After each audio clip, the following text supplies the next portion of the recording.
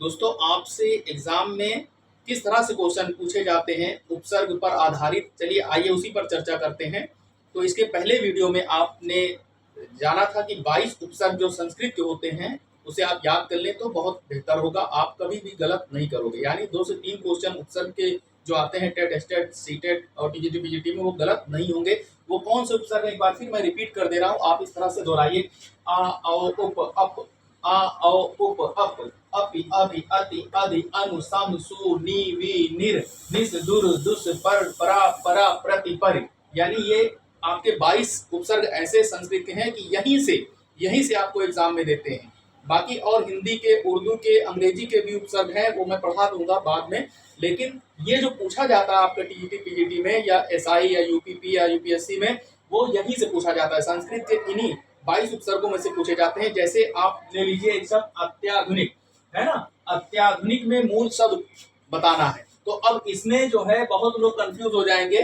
अगर मान लीजिए उसने दे दिया अत्याधुनिक में कि मूल शब्द, तो कुछ लोग बताएंगे कि इसमें धुनिक है, धुनिक नहीं है। अगर मैं कहूं इसमें इक प्रत्यय भी जुड़ा है, तो अब इक प्रत्यय निकाल दीजिए तो धुन हो गया, तो धुन भी नहीं है, तब क्या है। यानी अगर आप इसमें से उपसर्ग अलग करें तो आप देखेंगे इसमें दो दो उपसर्ग जुड़े हुए हैं। कैसे? इसमें अति उपसर्ग है, अति उपसर्ग है, इसमें आ उपसर्ग है, ठीक है। इसमें अधुना, अधुना प्लस इक प्रत्यय के योग से मिलकर बना है अत्याधुनिक। यानी इक प्रत्यय जुड़ा है, अति और आ दो उपसर्ग इसमें है, एक प्रत्यय है। यानी आप देखेंगे कि किसी किसी शब्द में दो दो तीन तीन उपसर्ग आते हैं। प्रत्यय हमेशा एक ही बार जुड़ेगा। प्रत्यय जो है वो पीछे की तरफ लगता है और उपसर्ग पहले जुड़ता है। तो किसी किसी शब्द में एक के अलावा भी 2 या 3 उपसर्ग रहते हैं, चेक कर लेना, ठीक है, नहीं गलत हो जाएगा। तो इसमें दो दो उपसर्ग हैं, और उपसर्ग अलग करने के बाद अगर उसमें प्रत्यय है तो प्रत्यय को भी अलग कीजिए, उसके बाद जो मूल शब्द बचा है वो बताना है। तो यहाँ पर देखिए अति और आ, ठीक है, ये दो दो उपसर्ग जुड़े हुए हैं। उसके बाद एक प्रत्यय जुड़ा है, क्या बचा? मूल शब्द आपका अधुना बचा, ठीक है। अधुना यही आपका मूल शब्द है, अधुना, ठीक। तो ये आप नोट कर लें। उसके बाद उपाध्यक्ष में मूल शब्द बताइए। तो अब उपाध्यक्ष में मूल शब्द, पहले हम इसमें से उपसर्ग को अलग करेंगे, ठीक है।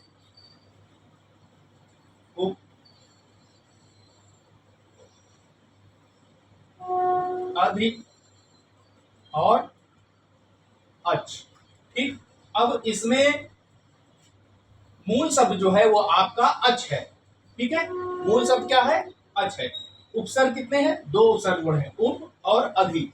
तो यदि अगर पूछ ले कि उपाध्यक्ष में मूल शब्द, तो आप अच पे लगाइएगा, ठीक है। अब देखिए उपसंहार में मूल शब्द बताना है। तो उपसंहार में मूल शब्द, तो पहले हम उपसर्ग को अलग करेंगे। तो यहां पर उपसर्ग है उप, धन, सम, धन, हार।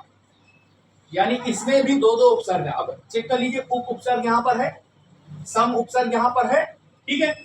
उप उपसर्ग हो गया, अधि उपसर्ग हो गया। यहाँ पर देखिए अधि कहीं दिया होगा, ये है अधि उपसर्ग। तो यहाँ पर भी दो दो उपसर्ग हैं। अब आप इसमें हल ना लगाइए, क्योंकि हल नहीं लगा हुआ यहाँ पर। देखिए सब में हल नहीं लगा, जहां पर हल लगा हुआ है यानी निर में, निस में, दुर में, दुस में, ये 4, ठीक है, शब्दांश में हल लगा हुआ है। अगर इसमें अगर आप आता है और नहीं लगाते तब गलत होगा। तो इसको आप जरूर से जरूर याद करिए, ठीक है। याद कर लेंगे तो आपको आसानी रहेगी। तो उपसंहार में मूल शब्द क्या है? हार मूल शब्द है, ठीक है। तो नोट कर लीजिए इसको। अगर पूछेगा उपाध्यक्ष में कौन सा उपसर्ग है, तो उप उपसर्ग है। अत्याधुनिक में पूछेगा उपसर्ग कौन सा है, तो अति भी है और आ भी है। तो वीडियो कैसे लगी आप हमें कमेंट में जरूर बताएं और अपने दोस्तों को भी शेयर करें। जय।